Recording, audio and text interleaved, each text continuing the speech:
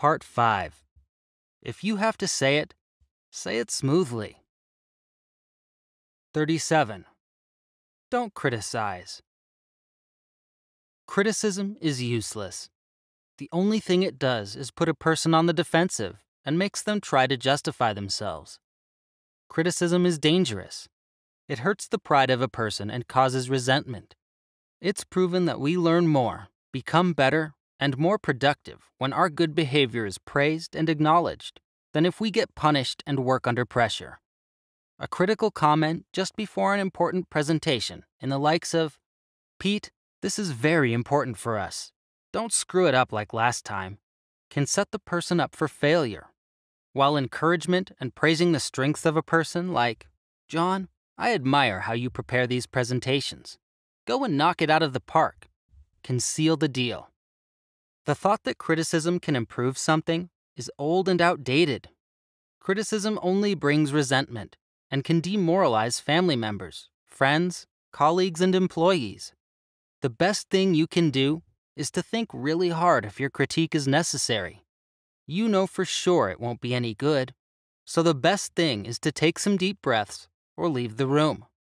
Be especially careful with emails, as once they are sent, there's no way to get them back. Not like in the old days when you wrote letters and you at least had the chance to get it out of the mail before the damages are done. Every now and then, when I write an angry mail, I decide not to send it and leave it as a draft overnight. If I still want to send it the next day, I send it. But in 99% of the cases, I don't send it. The anger is out of my system, and I go on with more important work. We all know people we want to lecture, improve, and change. But you know what? Forget it. It's impossible to change other people unless they are the ones who want to change. What you can do is start with yourself.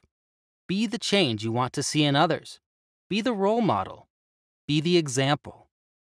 Only small minds criticize because they are either cowards or too weak to create something themselves, or both. No good will come out of criticizing others. Swallow your criticism and work on yourself instead.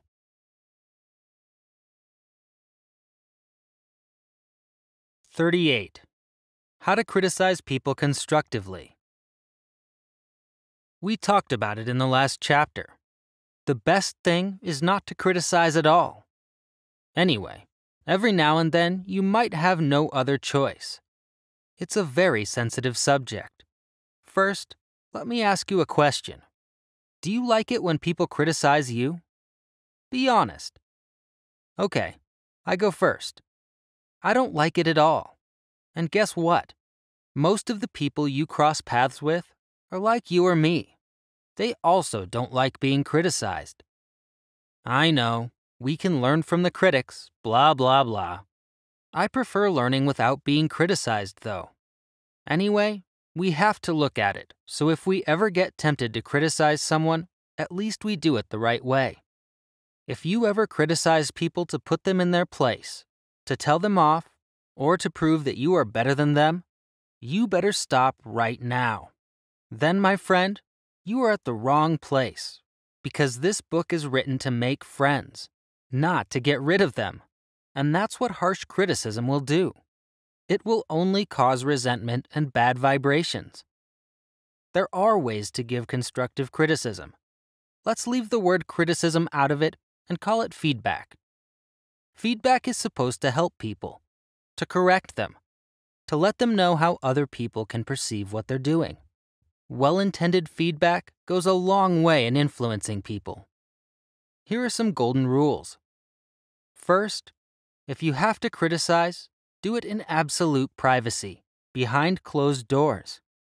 Don't raise your voice, and nobody should be listening. Adhere to the easy rule of thumb: praise in public, criticize in private. Unfortunately, even today, too many people do it the other way round. They criticize in public and praise in private, if they praise at all. And that ruins their relationships, the professional and the personal ones. Second, start with praise. If you have to criticize, start pointing out what the person is doing very well. Then drop your critique point. And if you're a very swift guy or gal, close with another praise. This is also called the sandwich method. Third, always criticize the behavior and never, ever the person. Fourth, provide solutions. Find out together with the person you give feedback to what would be the right way to do things. When you are telling them what they are doing wrong, also let them know how they can do it right. Fifth, don't demand cooperation. Nicely ask for it. It's a fact that people are more willing to cooperate with you if you ask them nicely than if you demand it. Demanding should only be a measure of last resort. Sixth, just say it once if possible. If it happened only once, don't repeat it over and over again.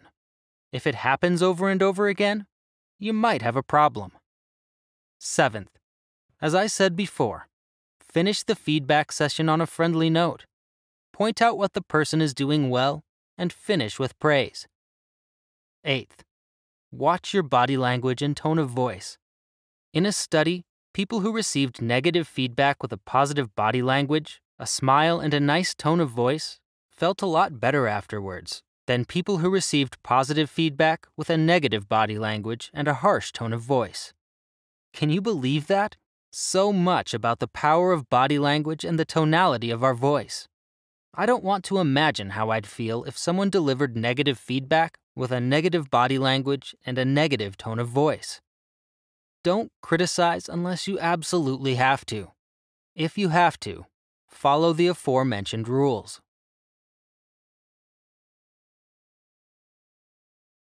(39) Handle complaints smoothly. Do you know the best way to handle complaints? Let the other person do the talking. They are a valuable source of information. Don't get all defensive. People simply want their complaints handled and the problem solved. They value the care and attention given to them. So, the best thing is to let them do the talking. Ask them lots of questions, and even when you are tempted to interrupt, keep listening profoundly and patiently. Encourage them to let it all out. Give them space to blow some steam off if they need to. Repeat their points back to them to make sure you have understood them right. They talk, you listen. The relation should be 80-20, or even 90-10. Show them that you can see things from their perspective, and that you only want a solution that makes them happy. If you made mistakes, admit them and apologize for them. Accompany the conversation with a positive body language like visual contact, nodding your head, showing that you are interested. You can even make notes while you're listening. Above all, keep listening. Don't disconnect, even if they're telling you things you don't like to hear. When it's your turn to speak, speak clearly and in a simple language. Complaints can be a great resource for future improvements. Where did mistakes happen? What went wrong? What would they do? How would they like to solve the complaint? What do they want? Don't jump to conclusions and search for solutions, not obstacles. Use the other person's feedback for future actions. That's all there is. Easy, isn't it? If somebody complains, you listen. 40. A great way to give feedback. People don't like to be criticized, but of course, we can't tip around others on our toes the whole time. So when the time for honest feedback comes, some also call it constructive criticism, here's how to go about it. It's called the sandwich method, or the feedback sandwich. Start with something pleasant, a compliment, positive attributes, what you like about the person. Then, you tell them the behavior, actions they can improve, and you close again on a positive note, pointing out another thing you like very much about their performance or their behavior. Also, be diplomatic when you come to the critical point. Maybe some mistakes the person makes. Don't call them mistakes. Be diplomatic and say, if there's anything to improve, it could be, there are some things you could do even better. If you learn to start your conversations pointing out the positive in the other person and also closing on a positive note, your relationships at home and work will improve a lot. Nobody wants to be around the nagging wife or husband, or will do the best work for the ever-criticizing boss. Try out the feedback sandwich, and you'll see miraculous changes. You will get much further with the feedback sandwich than the hammer method will ever take you. Last but not least, a very important thing. Don't use the word but. The word but cancels out everything that stands before it. If you say, "I'm pleased with the way you handle our customers, but," chances are that the receiver of the feedback won't care about any of the praise that came before the but, and only stay with the criticism that comes after the but. The feedback will lose its effectivity, and maybe even credibility. You can easily avoid this using and instead of but. Begin giving feedback with praise and honest appreciation. 41. Let the other person save face. This is of immense importance when talking about human relationships. Yet, very few of us ever think about it. We are so good at ignoring other people's feelings, criticizing others in front of their peers, getting our way, yes, even threatening without ever thinking about the damage we are doing, hurting the other person's pride and identity. Stopping for a few seconds, putting ourselves in the other person's shoes, being a bit more considerate would avoid all the damage done. In just short moments, we can destroy relationships if we are inconsiderate and don't let the other person save face. How many good people leave their companies because they don't get along with their boss or colleagues? I'm sure you know the saying, people don't change jobs, they change bosses. When somebody makes a mistake, let them save face. Don't destroy the relationship or even the person. Instead, be encouraging. Tell them it's normal to make mistakes and show them you have confidence in them. This can do miracles, and instead of losing the person and watch their performance dwindle, you just might have boosted this person's performance because he or she wants to live up to the high hopes you have in them. Let the other person save face. 42. Make people feel happy about what you are telling them to do. We don't like to be told what to do, period. Even if it's from people close to us. The trick is to make people happy about what you are telling them to do or not to do. If you choose somebody else to do a job, tell the person who is unhappy about the fact that they are too important to do this job, or that you have a better future project for them in hand. Same goes if you offer them a task that they might not find valuable. Let them honestly feel that they are essential and that you are delighted that they are accepting this task. Let them feel that they are doing you a favor. Try this technique also with your children or spouse. A brilliant way of rejecting offers or invitations is this one. 1. Express gratitude for the invitation. 2. Show your honest regret that you can't accept the job or the event. 3. Suggest a substitute who can do the job instead of you. This doesn't even give the other party time to be unhappy about your refusal, but changes their perspective to some other person who could accept the job. A technique often used is to make up and give titles to people. The great Emperor Napoleon himself applied this technique, creating a Legion of Honor, naming his generals Marshals of France, and his troops the Great Army. In companies, we often see this technique when managers lose power, but are praised into positions with a better-sounding title and a lower salary. As I mentioned many times in this book, you need to be sincere. Be empathetic, don't make false promises, and concentrate on the benefits to the other person. You need to know what you want the other person to do. Don't give orders. Convince the person that and how they will benefit from accomplishing the task. This goes without saying, but I'll still mention it. Instead of saying, "Peter, do this, this, and this," say, "Peter, if you could do this and this, it would really make us look great in the meeting, in front of the customer, etc." It will make all the difference. Of course, it would be naive to think that you will always get a favorable reaction to this approach. That just won't happen. But you are much more likely to change someone's attitude this way than by threatening, harsh orders, or other kinds of pressure. Start trying it and let me know how it works for you. Don't tell people what to do. Make them happy about what you are telling them to do. 43. Watch your body language. Your body doesn't lie. You can try to control your gestures. You can say one thing and mean another, but sooner or later, your body will give you away. If you say it's great and don't mean it, observers might see your head shaking while you should nod. Whole books have been written about the power of body language. You can use your body language to actually feel more confident or to go from sadness to happiness. Although the fact that your body language and tone of voice are much more important than the words you are transmitting, words 7%, tone 13%, body language 80%, have turned out to be a myth, there is still something to it. For example, as we mentioned before, people who were criticized by a happy-looking boss felt better afterward than people praised by an angry-looking boss. In this chapter, we will look at one easy trick to build trust in no time: mirroring. Mirroring the other person's body language. Mirroring means you adjust some aspects of your own body language to the body language of your companion.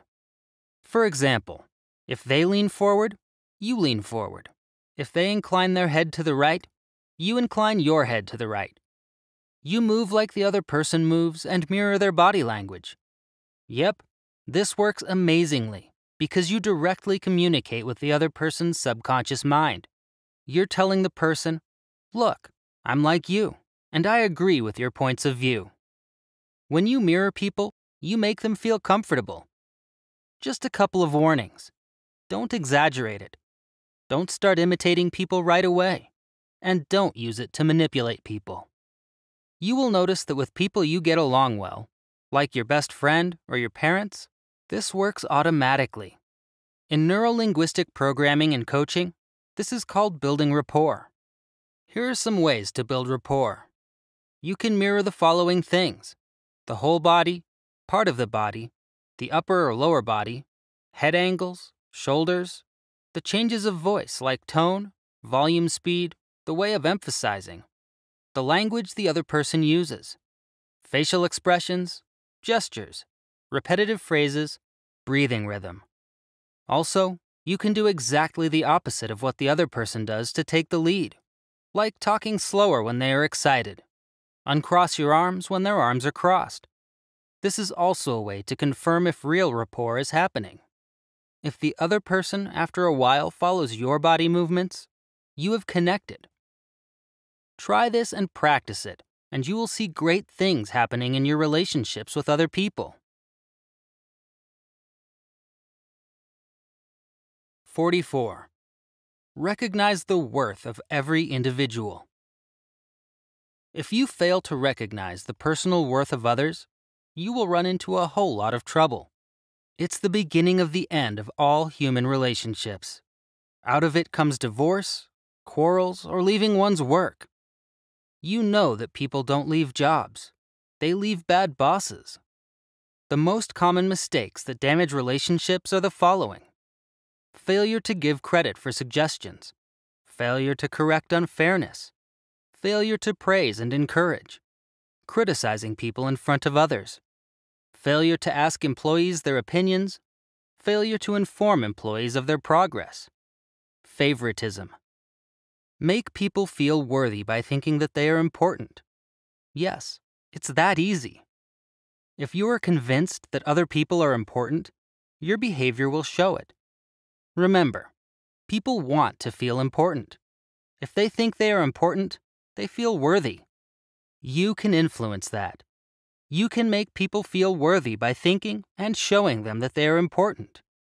When you consider somebody to be important, you will reflect that thinking in your vocal language, body language, and everything you do. Notice people. Everybody wants to be noticed. When you notice somebody, you are paying them a big compliment. You're boosting their morale, showing them, "I recognize you." And what happens then? people become friendlier, more helpful, and better workers. Don't compete with people. There's no need for that. If someone tells you of some great things they have done, don't tell them of something even greater that you have done. Just show your genuine interest and let them know that you are impressed by them. If you tell them that they influence or inspire you, you will have won an ally for life. They will probably think you are one of the smartest and kindest people they ever met. If you start competing with them, they will only think that you are an idiot who doesn't have any idea what he's talking about. Competition is an unnecessary waste of time that doesn't have any benefits at all. Recognize the worth of every individual, and you will win allies for life. 45. Talk about your own mistakes first. If you really have to criticize someone, remember, we said don't criticize at all if you can avoid it somehow. If not, a proper technique is to talk about your own mistakes first. Before you start calling someone out for their mistakes, put yourself in their shoes. Didn't you make the same mistakes, or even worse, when you were their age? When you were new at your job? Or when you did something the first time? Maybe the person you criticize is actually doing much better at the job than you were at the same age or time. It's a lot easier to listen to a person criticizing you if this person first admits that they also make mistakes and that they are far from perfect. Another useful technique is humbling yourself and praising the other person first before you mention their faults. Who can get mad at you for criticizing them if you first praise them? You might even turn this person into a loyal fan and friend. Humility and praise do work wonders, even today. Admit your mistakes, even if you haven't corrected them yet. This makes you an authentic, honest person that people want to be around, because you are of a rare breed. In the best case, you can even convince somebody to change their behavior and not make the same mistakes you made. Talk about your mistakes first and praise a lot, and people will want to hear your opinion and advice.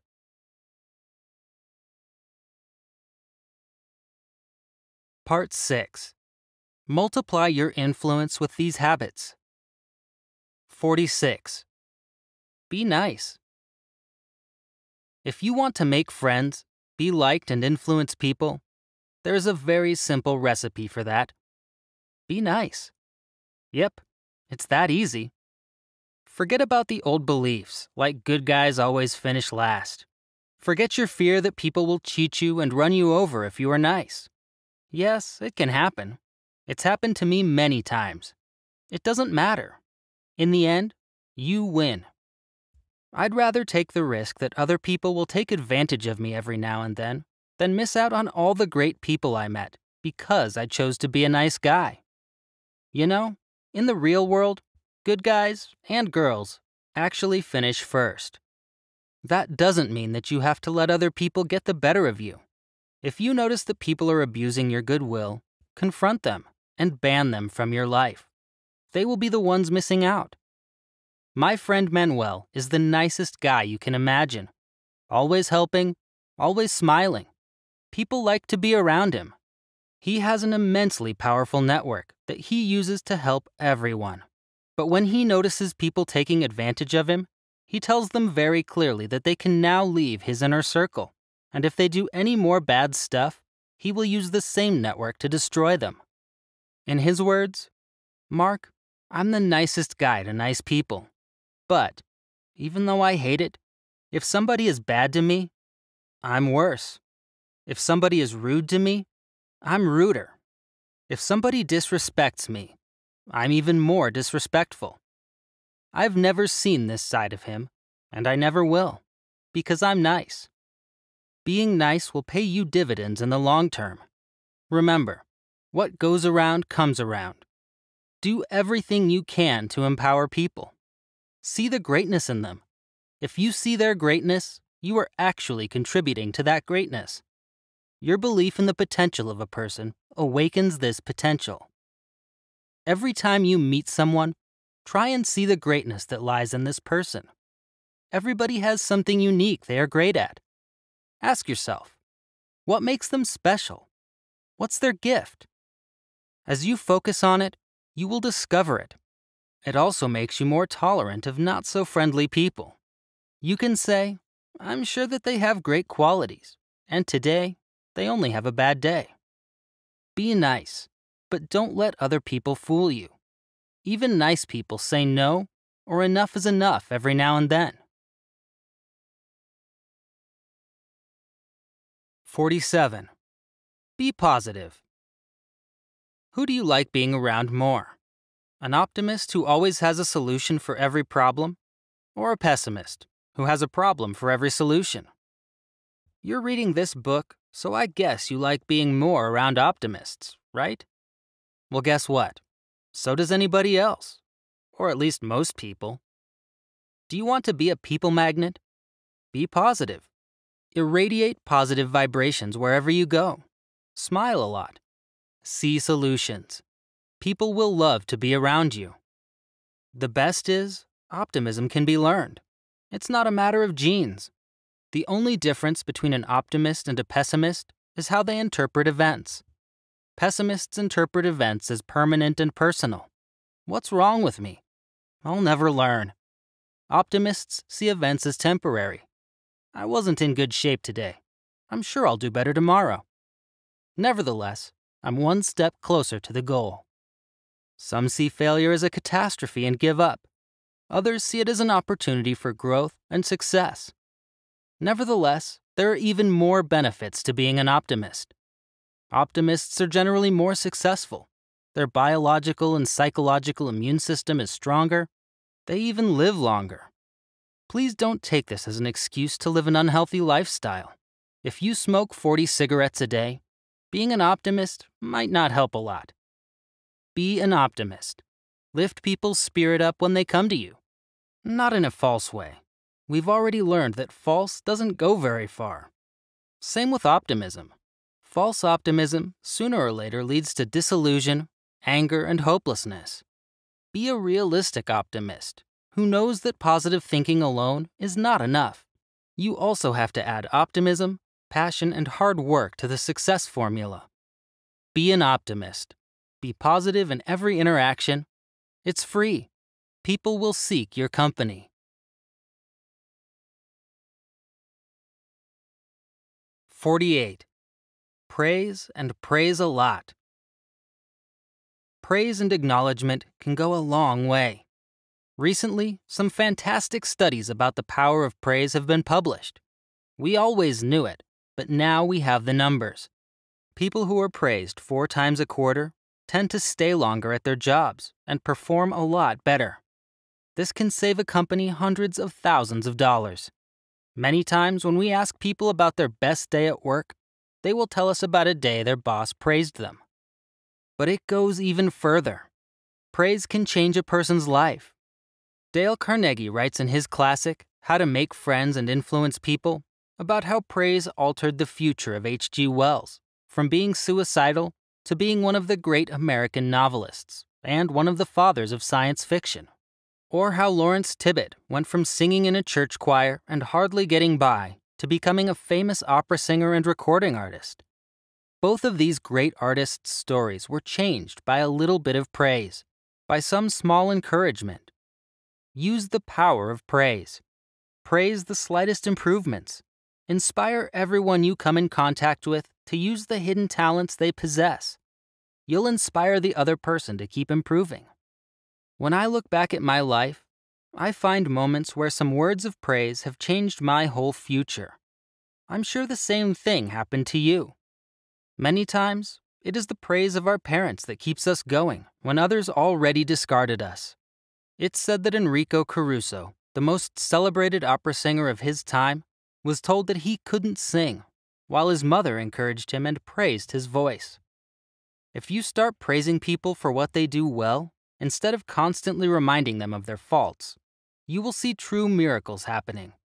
They will capitalize on that praise, and more of their mistakes will disappear. It's the same effect that you achieve when you concentrate on your strengths. Praise a person, and you awake their desire to excel. They will do everything they can to live up to the high opinion you have of them. See people's potential, praise them for it, and you'll help them to awaken and grow that potential. When you praise, go into details. Good job is not enough. Tell the person exactly what he or she is doing well and why it is so crucial for you or your company. Remember, we all want real appreciation and praise, but it has to be sincere and genuine. The principles in this book only work when they are honest and come directly from your heart. Transform people's lives by praising them. 49. How to make a good impression. Second part. Remember that you have about 3 seconds to make a good first impression. Your very first words and actions will set the tone for the entire encounter. So, start your conversations on a positive note. A life-changing trick is to ask yourself before any meeting or phone call, what do I want from this? Are you worried about what others will think of you? Welcome to the club. Most people are. I have good news for you, though. How you are perceived is in your power. Other people form their opinion of you mainly from the opinion you have about yourself. If you are not perceived as you would like, have a look inside yourself. What can you do? How do you perceive yourself? How would you want to be perceived? Start acting the way you would like to be perceived. Be authentic. We already talked about it before. If you're trying to be someone else, you are subconsciously telling yourself, I'm not good enough, and you are transmitting this to your surroundings. Value everything: yourself, your job, your family, others. The more value you give yourself and others, the more others will think of you. Remember, it has to be sincere. If it's not, it will backfire. Don't knock the competition or other people down to look better. Those times are gone. It damages your reputation. Boost your strengths and productivity. Be so good the others can't ignore you. Keep the conversation optimistic. Nobody wants to be with a complainer. And be confident that people will like you. At least 50% of all the people you meet.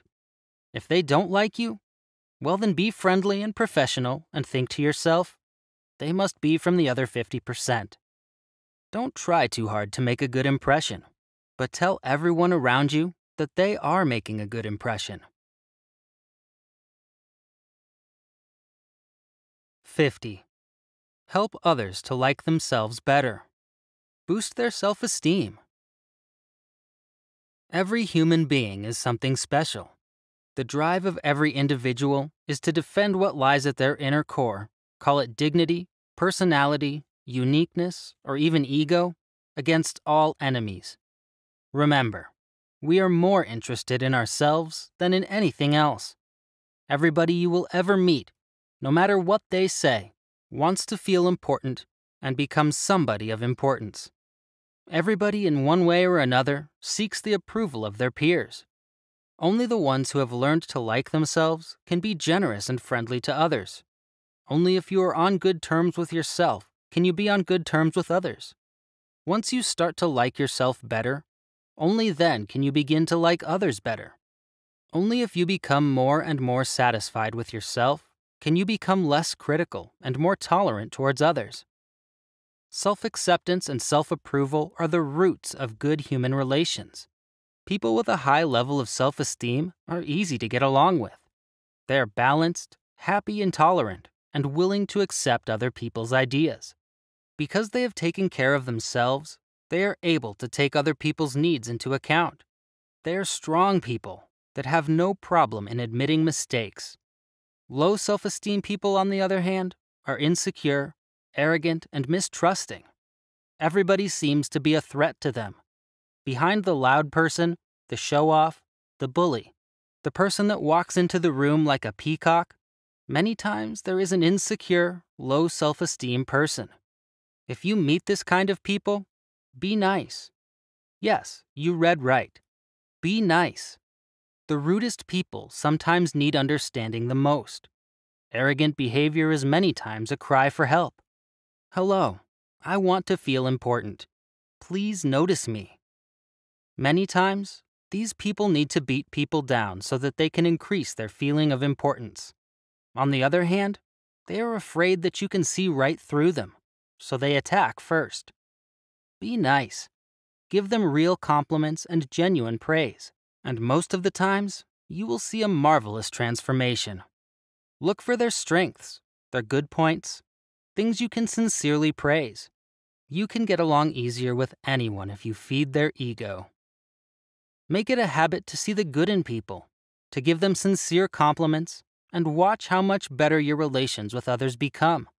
Help them like themselves better. 51. Make it look easy. How many times didn't you do something because it seemed too difficult or because somebody told you that you are not good enough? We meet our limitations daily. I'm not good enough for this. I'm not good enough for that. Not talented for this.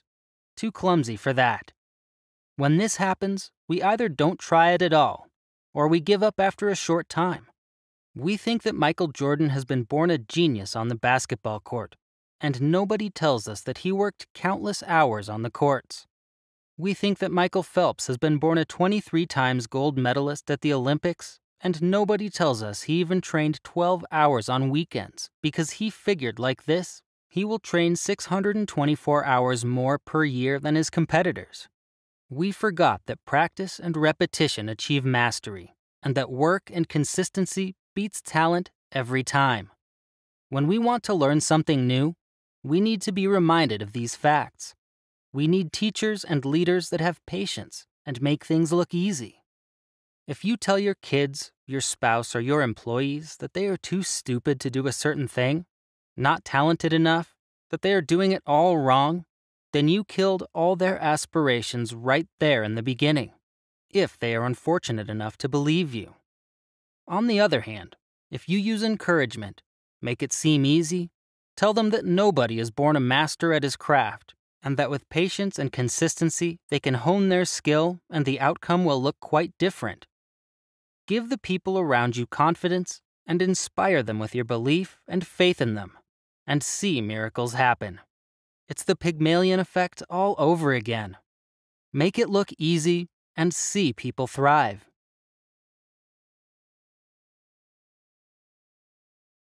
52. Use positive talk. Science has now found that the way we talk about ourselves or events has a profound impact on our mindset and even our reality. People who tend to talk pessimistically in the morning tend to experience their day as much worse, while people who speak positively at the start of the day tend to experience their day as much more positive, meeting with much more opportunities.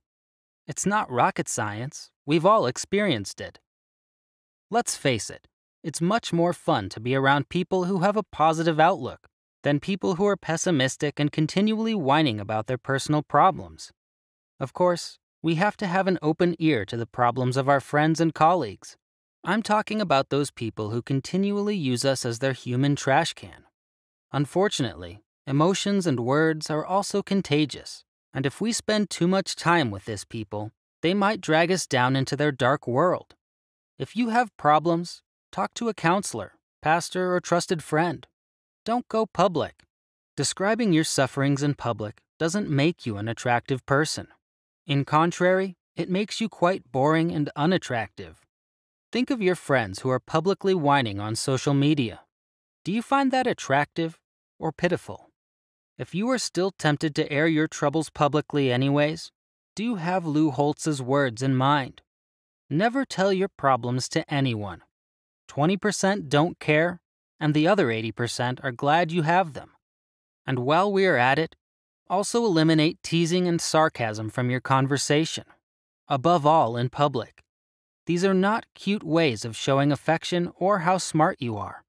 While you might hope that others will recognize your cleverness and see your fine sense of humor, to people that don't know you, you might come across as utterly offensive and lose all the chances ever to win their sympathy. And there is another reason. Tampering with other people's self-esteem, and that's what you are doing being sarcastic or teasing, can do a lot of damage to the person even when done in fun. You might get away with it, but there is a great risk you will lose people and come across as rude. So cut the crap. Eliminate complaining, sarcasm, and teasing from your conversations, and use positive talk.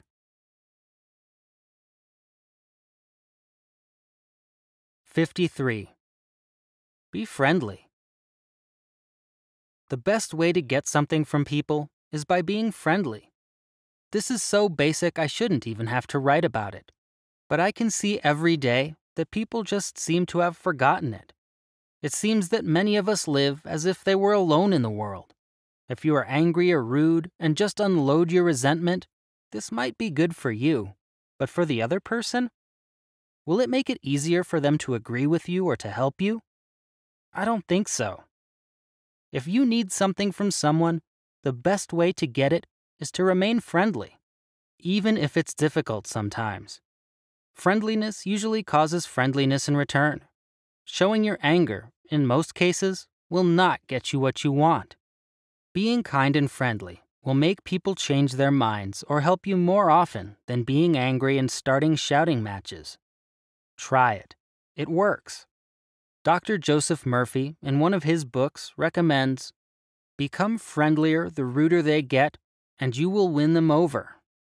When you have many clients a day, you have many opportunities to practice. And shall I say, it works. As a waiter, I had a direct measure, the amount of my tip. When really rude people came in, I saw it as a challenge to win them over. And in 99% of the cases, I did. This was great, and often it came accompanied by a nice tip. It's so easy. Be friendly and reap the rewards. 54. Write a thank you note. One true magical trick when it comes to improving your relationships is writing thank you notes. Surprisingly, this is not only beneficial for the receiver, but as science found out, also for the sender.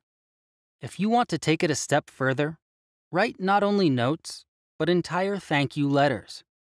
While thank you notes are a sign of politeness, kindness, and valuing the receiver, and boost your own well-being, thank you letters have even more impact. Studies show that gratitude letters can increase happiness and decrease depression for the person that writes it for as long as 3 months after the writing of the letter. It's said that the benefits are highest if you deliver the message in person. Try this, even if it's just a simple email to someone. Ideally, write the email to one person who has made a major positive difference in your life, and whom you have never thanked for the positive influence they had in your life. Take your time to write the note, and while you are at it, why not write to one person a week? Gratitude is one of the single best ingredients for happiness and great relationships, and the antidote to all these negative emotions which damage our relations like greed, envy, jealousy, rage, arrogance, and so on. Did you notice that you can't be grateful and unhappy at the same time? You also can't be worried and grateful at the same time. And you can't be angry and grateful at the same time. Choose gratitude. Make showing gratitude to someone every day a habit. A colleague, the cashier at the supermarket, your parents, the mailman, your kids, or the basketball coach. Be creative. It's important to feel the gratitude and really think about the things you are thanking the person for. If it's trivial or not heartfelt, it doesn't work. Remember, we are all hungry for genuine appreciation.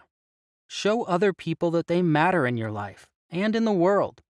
Show people that they are making the world a better place, and write them a thank you note or a thank you email. Part 7. Last, but not least. 55. Beware of people with false self-esteem. If you want to become attractive to people and be an influencer, you have to develop real and stable self-esteem, which is not to be confused with the attitude and behavior of people who are narcissistic, arrogant, and selfish. Stay away from these people. They are full of themselves.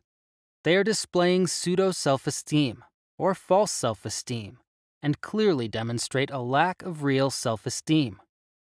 False self-esteem is only the pretense of self-belief and self-respect, without the reality of it. It hides behind the illusion of having the characteristics of true self-esteem, nothing else. Someone who walks into a room showing off, bragging, looking like a peacock, probably doesn't have high self-esteem. In fact, this behavior is the exact opposite of healthy self-esteem. If we can choose, we really don't want to be around this kind of people. To worsen matters, people with false self-esteem will always judge and value you and themselves by what you achieve and by your results, not for what you really are. Stick around people with higher levels of self-esteem. Mostly they are humble and don't need to show off continually. Work on becoming an example. Work on your self-esteem and display real self-esteem, which is founded in reality, in actual performance, in actual success, and in actual practices. The product of effort and hard work. When you show real self-esteem, you will attract people, and maybe your example will show people with false self-esteem that there's no need to protect themselves, that they can also build real self-esteem, that being wrong and vulnerable is no problem at all, but actually a sign of strength, and that they can let go of arrogance, selfishness, and their false sense of security. Become a high self-esteem person and stay away from low self-esteem people, except if you can be a role model for them. 56. Put yourself in other people's shoes. Empathy is one of the keys to success in our relationships with other people. It's easy to judge and condemn people. Any fool can do that. It's a lot harder to try to understand them. If you have the patience and make an effort to understand them, to find out what makes them tick, you can achieve anything, and surely people will love to be around you. Put yourself in the other person's shoes. Why do they do what they do? What's the underlying reason? How would you react and feel in the same situation? This is the key to all human relations. Your success in dealing with other people depends on to what extent you are able to understand them, to put yourself in their shoes, to see things from their point of view.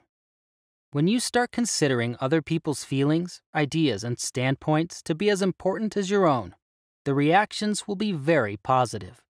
Tell people what you would like to hear, and encourage them to share their feelings and insights. Communicate with empathy. Seeing things from the other person's standpoint will avoid arguments and tensions before they start. Before asking anyone to buy your product or giving orders, just stop a minute and ask yourself, why should my client, employee, or spouse want to do this? Practice putting yourself in the other person's shoes. You will have far fewer arguments and disagreements, and far better results. Always think regarding the other person's point of view. 57. Be sympathetic with the other person. I don't blame you. If I were you, I would surely feel just as you do. Add this phrase to your vocabulary. It will stop arguments. It will eliminate ill feelings. It will create goodwill and surely make the other person listen very closely to you. We said it before. Don't judge people. Everyone you meet is fighting their own battle, and we don't know anything about it. If people are rude, irritated, mad, don't judge them for being as they are. Instead, feel sorry for them. Pity them. The only thing they probably want is somebody to care for their battle. Some sympathy. Be that someone. When someone attacks, you apologize and sympathize with their point of view. This will make them apologize and sympathize with your point of view. If you manage the art of answering to an insult with kindness and sympathy, the world is yours. It's nearly magical. Sympathy and kindness neutralize rudeness, anger, contempt, and all the other hard feelings. If you want something, you won't get anywhere with threats and a loud voice. Use sympathy instead. Ask kindly, and doors will open, and things will get done. We all crave sympathy. If you want to win people over, start practicing. 58. Don't make assumptions. One of the most significant sources of trouble in all human relationships is misunderstandings. And one huge reason for misunderstandings is that we constantly make suppositions. We suppose what other people think or believe, and the worst is, we take our assumptions for real and react to them. And from there, it's drama all the way. The problem is that most of the time, what we suppose is not even true. It's made up in your mind. Assumptions destroy friendships, marriages, relationships at work, and all of this because we forget one thing. Ask. It's always better to ask than to make assumptions. But of course, asking takes courage, and it's a lot more comfortable to make assumptions. But if we have the big picture in mind, we notice that asking creates clarity, while assumptions create suffering. In our romantic relationships, we suppose that our partner can read our mind, and we get mad if they can't guess what we want and don't meet our expectations. You should have known. How could you not have known? Yada, yada, yada. Come on. If somebody doesn't call us, we make assumptions. And if they do, we also do. If we don't understand something, we suppose what it means, instead of asking what it really means. We suppose that others see life the same way we do. We suppose that they think and feel like we do. We even make assumptions about ourselves, about what we can and cannot do. The latter, most of the time, without even checking if we could actually do it if we put in the time to learn it, or watch a YouTube video on how to do it. So once and for all, the best way to get rid of all these limiting and hurting assumptions is to ask. Get clarity. Confirm that you really understand what they are telling you. Don't be afraid. Once you know the answer, you don't need to make assumptions anymore. The truth will be laid out right in front of you, and you can use your energy for more important things.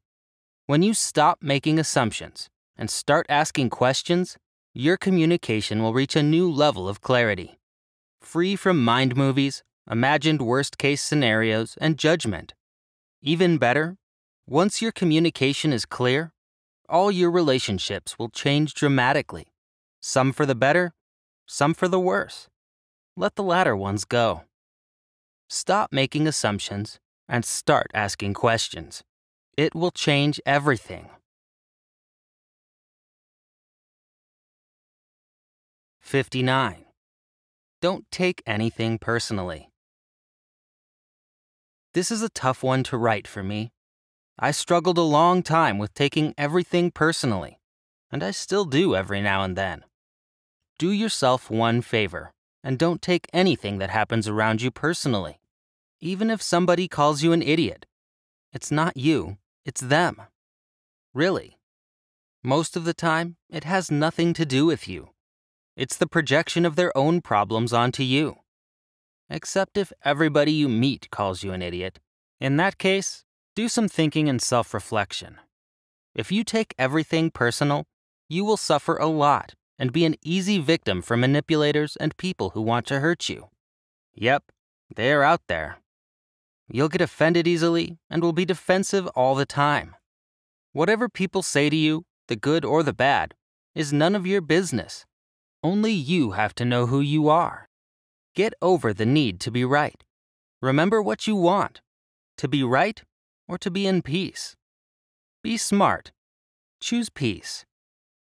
I mentioned before that what hurts you is not what other people say to you. It's what you say to yourself afterward. It's the wounds that are still not healed within you.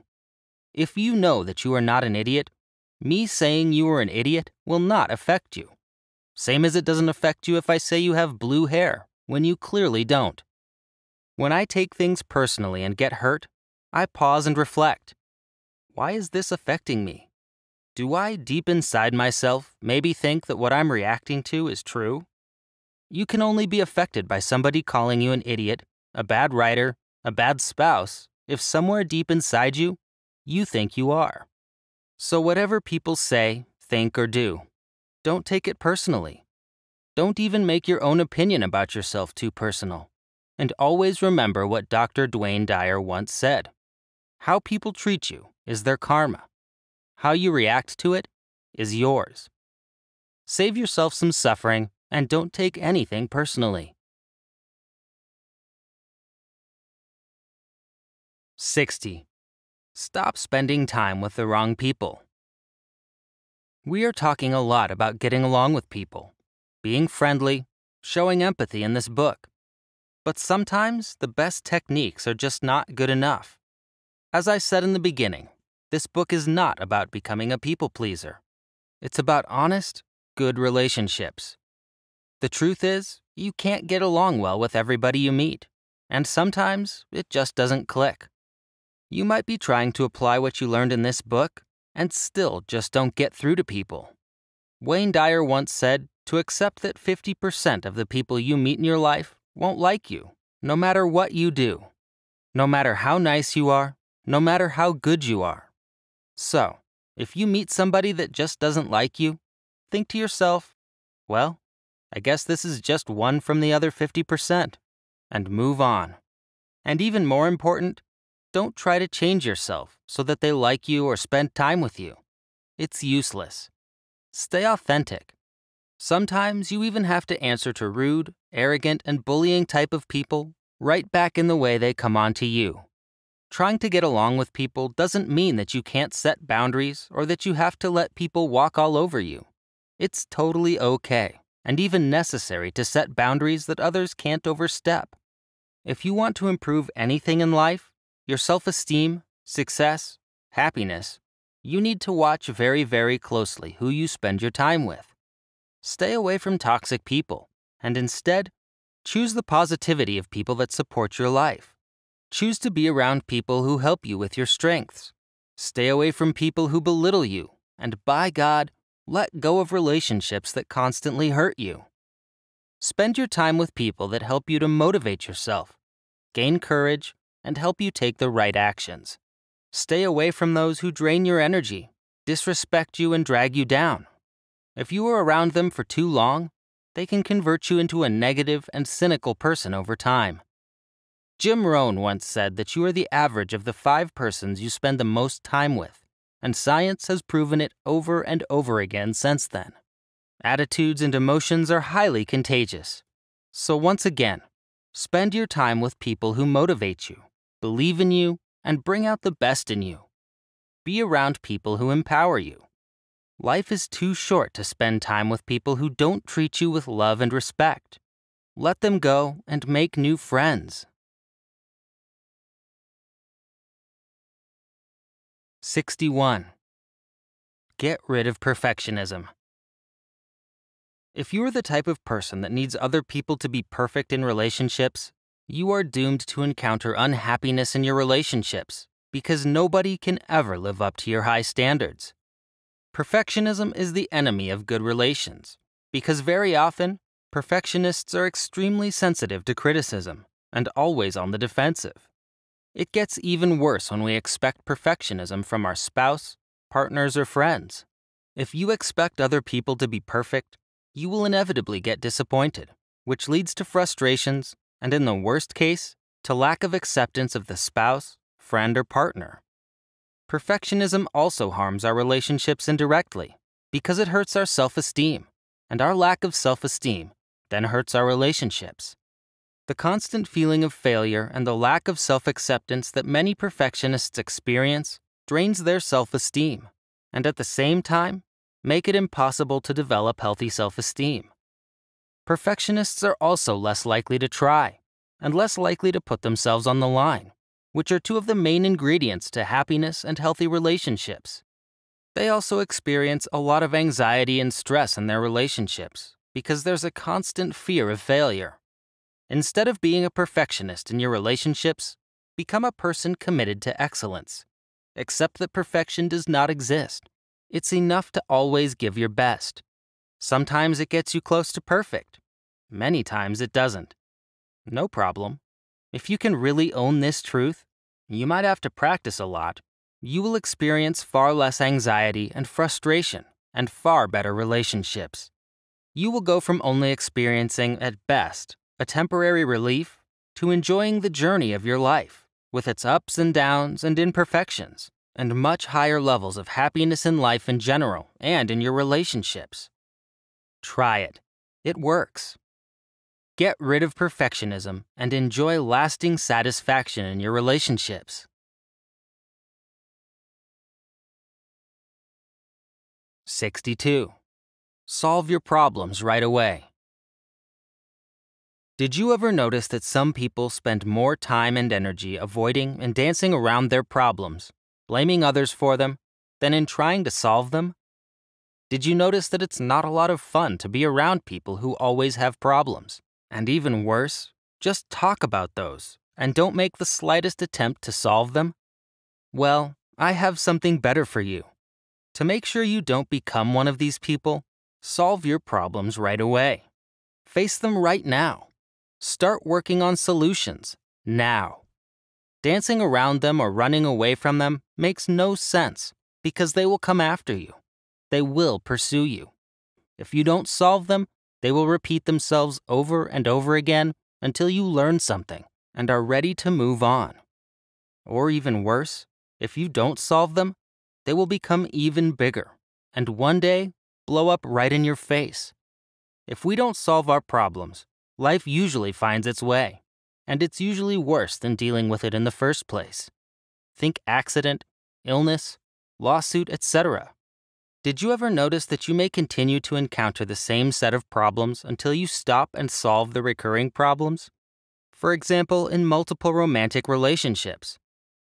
Not taking responsibility or trying to postpone your problems is just a giant waste of energy. The only thing it does is increase your level of anxiety and give you sleepless nights, feeling really bad. Believe me, once you go against all your imagined fears and confront and solve the problem, you'll feel much better and find out that it was a lot less painful to face the problem and solve it than the whole process of dancing around it. If you see your problems as challenges, learning opportunities, opportunities for growth, or even blessings, it might be even easier for you to deal with them and solve them right away. Life is facing one problem after another. The difference is how you face those problems, how you deal with them, and what you learn from them. Looking back at the problems you had in your life, didn't each of them have something positive? Maybe a loss in business saved you from an even more significant loss because you learned from it. In real hard times, it can be very beneficial for you to adopt the belief that life, God, or the universe only puts a problem in your way if you are able to solve it. Solve your problems right away and enjoy much better relationships. Conclusion. Dear friend, you have come to the end of this little book. It has been a true pleasure to make the beginning of your journey together with you. Yet, this is only the beginning. I sincerely hope you had as much fun reading this little book as I had writing it. But by now you know, reading it is not enough to take your relationships to the next level. The knowledge of these little tricks and techniques alone won't serve you to improve your relationships with people and influence them. It's the application of this knowledge that will take your personal and professional relationships to the next level. You have many valuable tools in your toolbox now. It's up to you to use them. If you want a better life, more happiness, more success, and better relationships with friends, colleagues, partners, and family, start applying this knowledge from today on. Put it into practice in your everyday life. You don't have to do everything at once. Start small. Choose the proposals you like best and start practicing them in your daily life. By now, you know that some small changes can build up to something huge over time, just like compound interest. These are proven and time-tested methods. They work. The problem is that generally, only a small percentage of people apply them. Become part of this group. Become a doer. It will be worth it. Your attitude will be crucial. Keep a positive mindset even when things don't go that well. Remember, sometimes when we are working towards a goal, we get tested. When I was writing this book about how to influence people and have significant relationships, I got into more strange situations with people than ever before. I'm convinced these were tests so that I can apply the learned characteristics right away. The same might happen to you. Be prepared to apply what you have learned. If you have any feedback or questions, don't hesitate to get in touch with me. My email is mark@markreklau.com. That's marc@markreklau.com. I answer every email, so please do drop me a line if there's anything you'd like to ask or if you have any suggestions for improvement.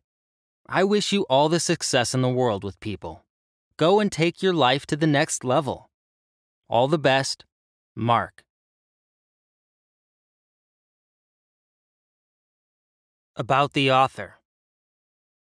Mark Reklau is a coach, speaker, and author of 7 books, including the #1 Amazon bestseller, 30 Days, Change Your Habits, Change Your Life, which since April 2015 has been sold and downloaded over 180,000 times and has been translated into Spanish, German, Japanese, Thai, Indonesian, Portuguese, and Korean.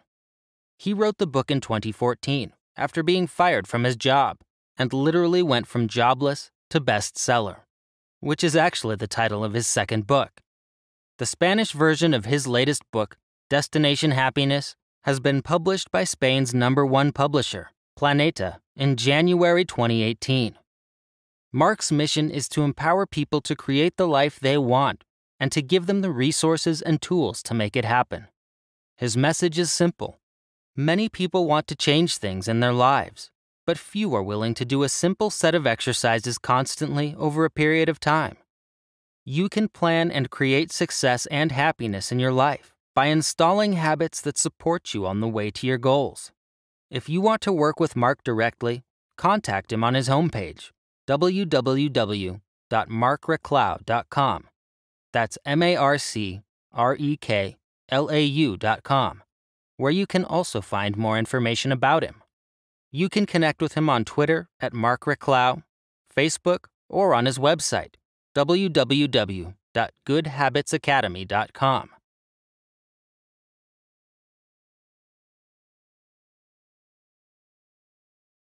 Mark's other books. 30 Days, Change Your Habits, Change Your Life contains the best strategies to help you create the life you want. The book is based on science, neuroscience, positive psychology, and real-life examples, and contains the best exercises to quickly create momentum towards a happier, healthier, and wealthier life. 30 Days can really make a difference if you do things consistently and develop new habits. More than 180,000 combined sales and downloads since March 2015. From jobless to Amazon bestseller. From jobless to Amazon bestseller shows you the simple, step-by-step system that author Mark Reklau used to write, self-publish, market, and promote his book to over 130,000 combined sales and downloads on Amazon. The Productivity Revolution. What if you could dramatically increase your productivity? What if you could stop being overwhelmed and get an extra hour a day to do the things you love? What would finally having time to spend with your family, some alone time to read or exercise mean to you? Learn the best strategies to double your productivity and get things done in this book. More than 10,000 copies sold. Destination Happiness. In his newest book, best-selling author Mark Reklau shows you scientifically proven exercises and habits that help you to achieve a successful, meaningful, and happy life. Science has proven that happiness and optimism can be learned. Learn the best and scientifically proven methods to improve your life now, and don't be fooled by the simplicity of some of the exercises. Love yourself first. Having healthy self-esteem is being happy with ourselves and believing that we deserve to enjoy the good things in life, exactly like every other person on this planet. Our self-esteem impacts every area of our life. Our self-confidence, our relationships with others, the partner or job we choose, our happiness, our inner peace, and even our personal and professional success. This book shows you in a very simple and fun way how to raise your self-esteem by doing some of the little exercises it presents to you. One last thing. If you've been inspired by my books and want to help others to reach their goals and improve their lives, here are some action steps you can take immediately to make a positive difference. Gift my books to friends, family, colleagues, and even strangers so that they can also learn that they can reach their goals and live great lives. Please share your thoughts about this book on Twitter, Facebook, and Instagram, or write a book review. It helps other people to find my books.